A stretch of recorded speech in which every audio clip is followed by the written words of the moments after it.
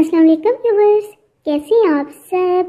उम्मीद है आप सब खैरियत से होगी। तो आज हम बना रहे हैं सब्जी के कटलेट्स। कि भला कौन सी सब्जी? नहीं, आलू के अलावा और भी सब्जियां होती है जिनसे हम कटलेट्स बना सकते हैं। तो जी आज हम आलू के बजाय बनाएंगे लौकी के कटलेट्स, वो भी निहायत आसान तरीके से और निहायत मज़ेदार। तो फिर चलते हैं आज की रेसिपी की तरफ। तो इसके लिए बाइंडिंग के लिए हम सबसे पहले ये यहाँ बेसन को थोड़ा सा भूनेंगे। यहाँ मैं 4 चम्मच बेसन ले रही हूँ। इसे हम हल्की आंच पे थोड़ा सा भूनेंगे। हम उस वक्त तक भूनेंगे जब तक इसमें एक प्यारी सी खुशबू ना आए, लेकिन इसके लिए हम आंच को बहुत हल्का रखेंगे और इसी खुशबू आने तक भूनेंगे। बहुत ही ज़बरदस्ती खुशबू आ रही है तो हमारे बेसन की हो गई है भुनाई मुकम्मल। तो अब हम चूल्हा बंद करेंगे। तो यहाँ पे हमने ली है आधा किलो लौकी और उसे कद्दूकश कर लिया है। इसमें हम डालेंगे एक छोटे साइज का प्याज भी कद्दूकश किया हुआ। अब हमने इसका पानी निकालना है। इसके लिए आप लौकी को और प्याज को हाथों में लेके इस तरह से उसका दबा दबा के पानी निकालें। तो ये थोड़ा सा मुश्किल भी है और थोड़ा टाइम भी लेगा। तो इसकी बजाय आप एक आसान तरीका करें कि कोई भी कपड़ा लें, उसमें ये लौकी और प्याज डालें,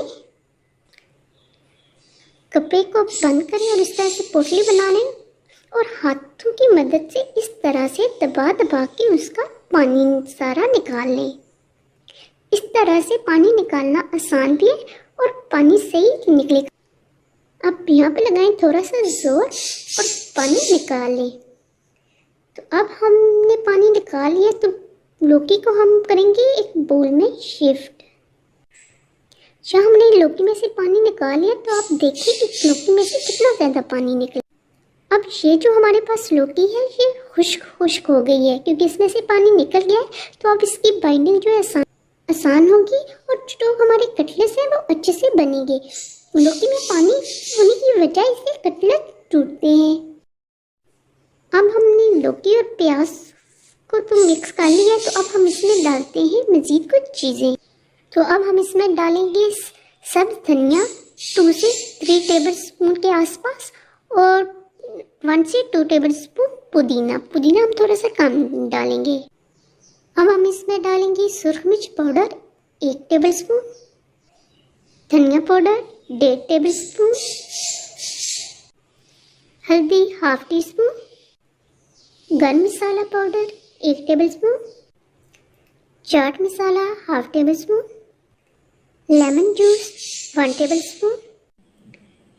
अब हम इन तमाम चीज़ों को अच्छे से लौकी और प्याज के साथ मिक्स करेंगे। अच्छी तरह मिक्स करने के बाद अब हम इसमें भुना हुआ बेसन डालेंगे। यहाँ मैं 2 टेबल स्पून बेसन डालूंगी, फिर इसे अच्छे से मिक्स करूंगी। अच्छी तरह मिक्स करने के बाद अब हम इसमें बाकी का जो बेसन बचा हुआ है वो भी डालेंगे। कुल यानी कि मैंने यहाँ पे 4 चम्मच बेसन जो भुना था वो सारा डाल दिया है। अब फिर हम करेंगे इसे मिक्स और अब हम इसमें डालेंगे अपना लास्ट इंग्रेडिएंट यानी कि नमक। नमक को हमने लास्ट में इसलिए डाला है ताकि ये पहले डालने से लौकी पानी रिलीज ना करे। तो यहाँ पे मिर्च मुझे थोड़ी सी कम लगी है तो इसमें मैं मज़ीद 1/2 टी स्पून मिर्च पाउडर डाल रही हूँ। अब फिर यहाँ पे हम इसे करेंगे अच्छे से मिक्स और अच्छे से मिक्स करने के बाद इसे हम 10 से 15 मिनट के लिए छोड़ देंगे सेट होने के लिए।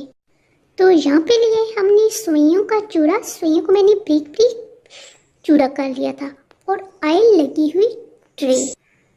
अब हमने कटलेट्स का जो मिक्सचर रेडी किया था उसे हम एक दफ़ा से अच्छे से मिक्स करेंगे। अच्छे से मिक्स करने के बाद अब हम इसके कटलेट्स बनाना स्टार्ट करते हैं। इसके लिए हम थोड़ा सा मिक्सचर हाथों में लेंगे, उसे इस तरह से दबाएंगे और इस तरह से उसे कटलेट्स की शेप दे लेंगे। इस तरह से हम उसे प्रेस करते जाएंगे ताकि ये आपस में अच्छे से जुड़ जाए।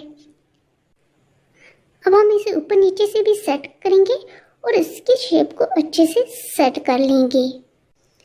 अच्छी तरह से शेप को सेट करने के बाद अब हम लास्ट पे इस पर लगाएंगे इस सुइयों का चूड़ा। इसके लिए आप इस तरह से कटलेट्स को रखेंगे, इसके ऊपर सुइयां डालेंगे और इसे थोड़ा थोड़ा प्रेस करते जाएंगे ताकि सुइयां जो है वो उसके साथ अच्छे से चिपक जाएं। इसी तरह से हम बाकी के तमाम कटलेट्स भी तैयार करेंगे। जहाँ हमारे सारे कटलेट्स रेडी हो गए हैं तो अब हम इसे 10 से 15 मिनट के लिए फ्रीज़र में रख देंगे।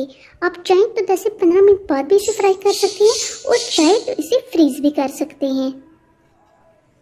कटलेट्स को फ्राई करने के लिए हमने तेल को चूल्हे पे रखा है। हम इसे बहुत ज़्यादा गर्म नहीं करेंगे क्योंकि बहुत ज़्यादा गर्म करने की सूरत में जब हम इसमें कटलेट्स डालेंगे तो वो फ़ौरन से ऊपर से ब्राउन हो जाएंगे और अंदर से सही से पकेंगे नहीं। अब हम एक एक करके इसमें डालेंगे आराम से और 1 से 1.5 मिनट के बाद हम इसकी साइड को चेंज करेंगे। हम फ़ौरन से इसकी साइड को चेंज नहीं करेंगे। अब हम दूसरी साइड से भी इसे फ्राई होने के लिए 1 मिनट के लिए छोड़ देंगे। हमने यहाँ पे आंच को मीडियम से लो रखा हुआ है। हमारे कटलेट्स फ्राई हो चुके हैं तो अब हम इन्हें निकालेंगे। इसके लिए हमने छोटी ट्रे में टिश्यू पेपर बिछाया हुआ है ताकि वो जो एक्स्ट्रा ऑयल है वो जज्ब हो जाए।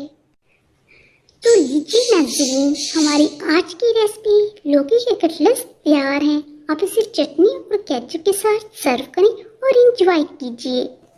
जो बच्चे और बड़े लौकी शौक से नहीं खाते, आप उन्हें इस तरीके से भी बना के दे सकती हैं। इस तरीके से तो उन्हें पसंद भी आएगा और वो शौक से खा भी लेंगे।